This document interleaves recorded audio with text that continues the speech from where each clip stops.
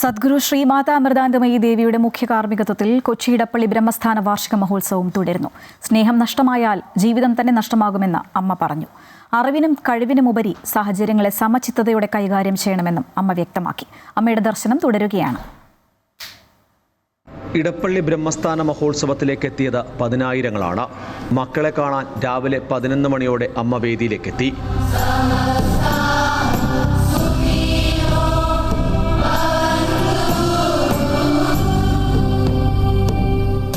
Kochi mayor V K. Minimol, എം.എൽ.എമാരായ T J. Vinod, Deepak Joy എന്നിവരും അമ്മയെ സ്വീകരിക്കാനെത്തി. കൊച്ചി മെട്രോ എം.ഡി ലോക്നാഥ് ബെഹ്റ, മുൻ ജസ്റ്റിസുമാരായ സി.എൻ. രാമചന്ദ്രൻ നായർ, പി.ആർ. രാമൻ, കണ്ണൂർ സർവകലാശാല വി.സി. Doctor K K. സാജു, നടി അമല പോൾ, സംവിധായകൻ ജയരാജ് എന്നിവരും അമ്മയെ സ്വീകരിച്ചു. തുടർന്ന് മക്കളോട് സംസാരിച്ച അമ്മ സ്നേഹത്തിൻ്റെയും സംസ്കാരത്തിൻ്റെയും പുതിയ കാലത്തെക്കുറിച്ച് അവരെ ഓർമ്മപ്പെടുത്തി. നഷ്ടങ്ങളെക്കുറിച്ചോർത്ത് വിലപിക്കുന്നവർ ലാഭത്തെ മറക്കുകയാണ്. സ്നേഹം നഷ്ടമായാൽ ജീവിതം തന്നെ നഷ്ടമാകുമെന്ന് അമ്മ പറഞ്ഞു. നമ്മുടെ ചെറിയ ബുദ്ധി കൊണ്ട് മാത്രം അളക്കാൻ സാധിക്കാത്ത നിഗൂഢതയാണ് ജീവിതം. ആ വൻകടൽ നീന്തി കടക്കാൻ നമ്മുടെ ഇത്തിരി പോന്ന 2 കൈയും കാലും ചെറിയ ശരീരവും മാത്രം പോരാ. യഥാർത്ഥ ജീവിതം അനന്തമാണ്. അതിനാണ് ശിഷ്യന്മാർ സത്യമെന്ന് വിളിച്ചത്. നഷ്ടങ്ങളെക്കുറിച്ച് മാത്രം ഓർത്ത് വിലപിക്കും നമ്മൾ. ഈ ജീവിതം കൊണ്ട് നേടാൻ കഴിയുന്ന ഏറ്റവും വലിയ ലാഭത്തെക്കുറിച്ച് മറക്കുകയാണ്. ബിസിനസ് ചെയ്യണം, പണം ഉണ്ടാക്കണം, അതാണ് ബിസിനസ് നമ്മുടെ ലക്ഷ്യം. ഇത് വേണ്ടാന്നൊരിക്കലും പറഞ്ഞു.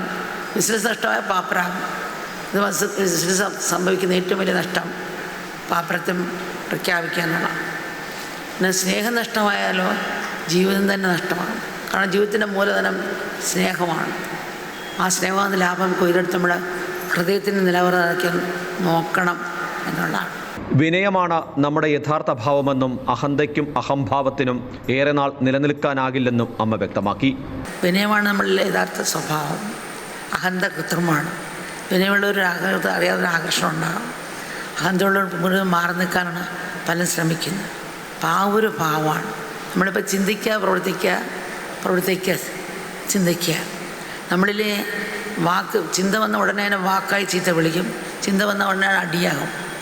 ഈ ആദ്യത്തെ ചിന്ത നമ്മുടെ കയ്യിലല്ലേ ശരിയാണ്. നമ്മുടെ വാസന കൊണ്ടോ ആഗ്രഹങ്ങൾ കൊണ്ടോ അല്ല മുൻവിധി കൊണ്ടോ ഒക്കെ നമ്മുടെ മനസ്സിനകത്ത് കയറി ഒരാളെ കാണുമ്പോൾ വരാം. ആ ചിന്ത അത് നമ്മുടെ കയ്യിലല്ല. അതിന് പുറത്ത് വീണോ ഇല്ലയോ എന്നുള്ളത് നമ്മുടെ കയ്യിലാണ്. തുടർന്ന് അമ്മയുടെ നേതൃത്വത്തിൽ ഭജന, ഈശ്വരനും മനസ്സും ഒന്നായ നിമിഷങ്ങൾ.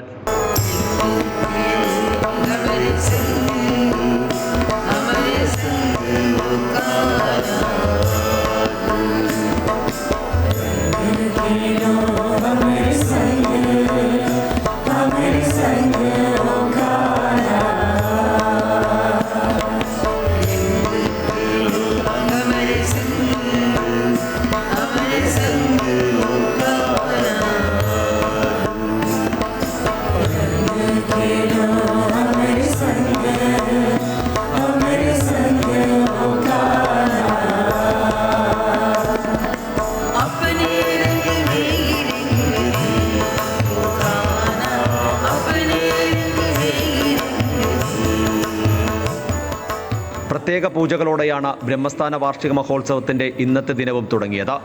ദീർഘനാളായുള്ള മക്കളുടെ കാത്തിരിപ്പിന് വിരാമമിട്ട് അമ്മയുടെ ദർശനം തുടരുകയാണ്. അമൃത ന്യൂസ്, കൊച്ചി.